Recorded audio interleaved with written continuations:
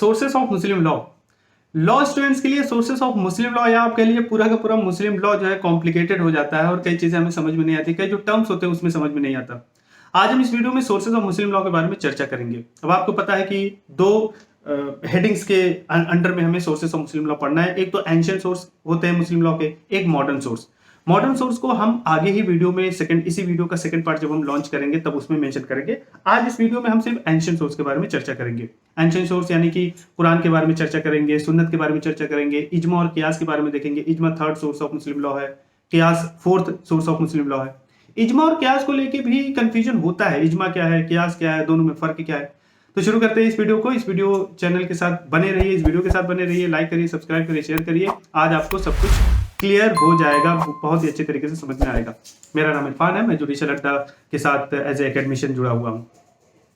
तो भाई sources of Muslim law में अगर हम बात करें तो एंशिएंट सोर्स की बात करें तो सबसे पहले टॉप पे आता है कुरान। यानी कि कुरान बहुत ही ऑथेंटिक और डिवाइन एक सोर्स है मुस्लिम लॉ का।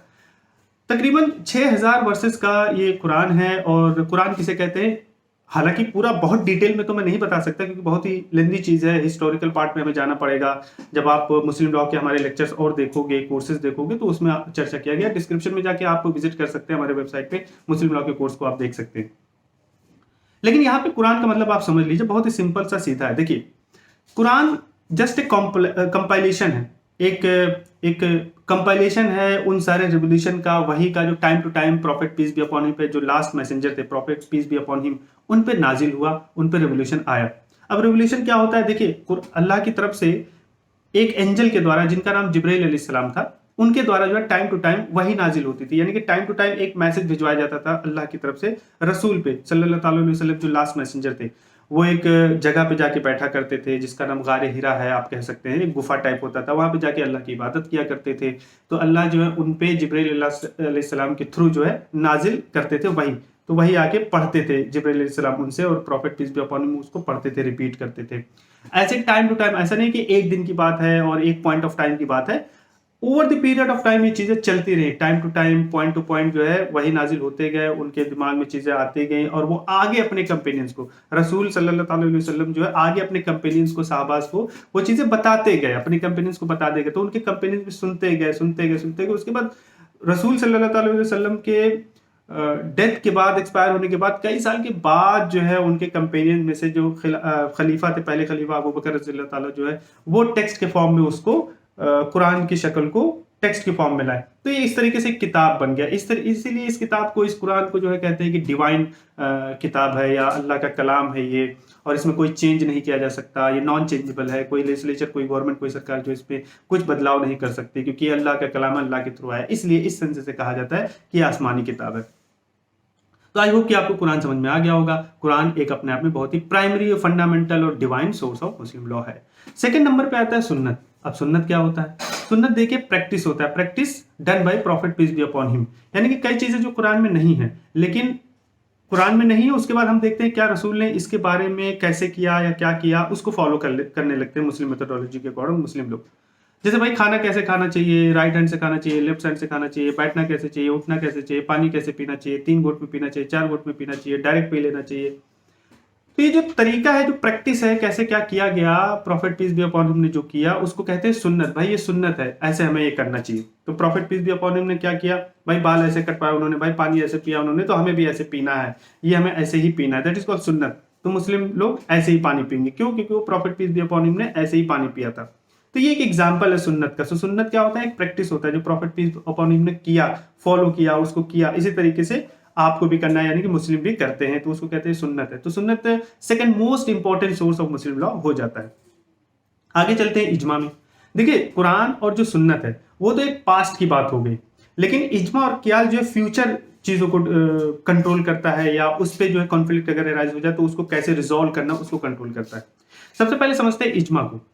इज्मा कंसेंसस होता है। देखिए कई सारी बातें हैं जो कुरान में नहीं मिल सकती हैं या सुन्नत से भी नहीं जाहिर होती हैं, तो कुरान और सुन्नत में जो चीजें नहीं मिलती हैं उसको इज्मा के थ्रू उसको कंट्रोल किया जाता है। इज्मा क्या होता है? जो लॉ मेकर्स हैं, मुस्लिम इंटेलेक्चुअल्स हैं, मुस्लिम जो उलमा लोग हैं, जो जानकार हैं, उनके थ्रू किसी टॉपिक पे जो कुरान में सुन्नत से नहीं मिलता है, उस टॉपिक पे एक रजामंदी बनती है कि भाई ये चीजें ऐसे होंगी, है ना, तो उसको हम लोग इज्मा बोल देते हैं। तो ऐसा नहीं है कि वो अपने आर्बिट्रेरी तरीके से करते हैं या मनमानी तरीके से करते हैं, वो भी जो भी कंसेंसस बनेगा वो कुरान और सुन्नत की रोशनी में ही बनेगा, इन लाइट ऑफ कुरान और सुन्नत की रोशनी में ही वो चीजें होंगी। जैसे एग्जांपल के तौर पे अगर हम बात करें कि जैसे कोई मुस्लिम में डेथ हो जाता है कोई किसी का, तो उसको दफनाया जाता है। अब दफनाया जाता है तो उसका सर किधर होना चाहिए? पश्चिम होना चाहिए, पूरब की तरफ होना चाहिए, दक्षिण होना चाहिए, क्या होना चाहिए? तो ये हुआ कि भाई अब ये कहीं कुरान में नहीं लिखा है या prophet peace be upon him ने इसके बारे में कुछ नहीं बताया। अब इसमें क्या हुआ, इज्मा हुआ। तो कई सारे इंटेलेक्चुअल मिलके बैठ गए, उन्होंने भाई एक कंसेंसस बना लिया, एक रजामंदी बनाई कि हाँ भाई अब कोई जो है इंतकाल करेगा तो उसका सर जो है किबला की तरफ होगा, यानी कि पश्चिम की तरफ होगा, जिधर से नमाज पढ़ा जाता है, जिधर सजदा करके नमाज पढ़ा जाता है उस तरफ होगा। तो ठीक है, तब से वो बन गया। तो अब आगे कोई इंसान, कोई मुस्लिम मरेगा तो उसका डेथ होगा, एक्सपायर होगा, तो उसका सर किधर होगा? वो पश्चिम की तरफ होगा। कहां से मिलता है? ये इज्मा से मिलता है। तो इज्मा में ये बातें तय की गई है ना जी। अब भैंस का जो है मांस, मीट जो है खाना अलाउड है या नॉट अलाउड है, ये इज्मा के थ्रू कहा गया, ये अलाउड है। ऐसे कई सारे आपको एग्जाम्पल मिल जाएंगे जो इज्मा के थ्रू सॉल्व किए गए। अब हम आते हैं कियास। कियास क्या होता है? आप ये कह सकते हैं, इसको एनालॉजी कह सकते हैं या मेजरमेंट कह सकते हैं। इसका जो मफहूम होता है, मेजरमेंट इन द सेंस कि देखिए क्या होता है कि कियास हम किसे कहते हैं? कियास एक एनालॉजी लगाना या एक डिडक्शन होता है। कभी कभी क्या होता है, कुरान में जो वर्डिंग्स होती हैं, लिखित तो होती हैं, एग्जैक्ट वर्ड लिखा है। अब एग्जैक्ट वर्ड वो चीजें तो लिखी हैं, लेकिन उस पस मंजर में आगे कई सारे कंफ्यूजन क्रिएट होगा कि भाई ये वाला इंक्लूड होगा इस चीज में नहीं, क्योंकि ये वाला तो वर्डिंग्स में फिट बैठ नहीं रहा है। तो अब इसमें क्या होगा मसला? जैसे एग्जाम्पल के तौर पे कि आज अगर कोई एनर्जेटिक ड्रिंक पिए या एक ऐसा मादक या चरस खाए या गांजा पिए, है ना, तो उससे नशा होता है। अब कुरान में लिखा है कि भाई शराब पीना या नशा करना हराम है। अब आज के दिन में अगर कोई बंदा कोई ड्रिंक पी रहा है जिससे नशा होता है, या बियर पी रहा है, तो अब बियर पी रहा है तो वो ये कह रहा है साहब बियर का जिक्र तो नहीं है कुरान में, बियर वर्ड यूज ही नहीं हुआ, वहां तो शराब है, शराब तो नहीं है, मैं तो बियर पी रहा हूं, ये तो अलाउड है।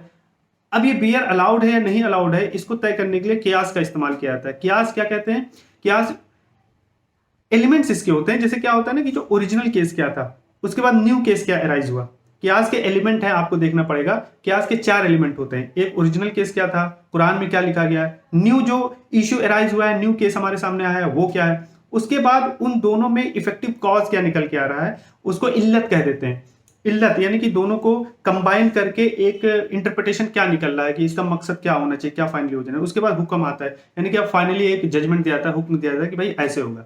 अब एग्जाम्पल के तौर पे वो शराब वाला लेते हैं। जैसे कुरान में कहा गया कि शराब पीना हराम है क्योंकि ये इंसान की जहनीत को ख़राब करता है, नशा पैदा करता है, इंसान का दिमाग काम करना बंद हो जाता है, इंसान सोच नहीं पाता है, तो गुनाह करता है, अलग अलग चीज़ों को वो गुनाह करने लग जाता है।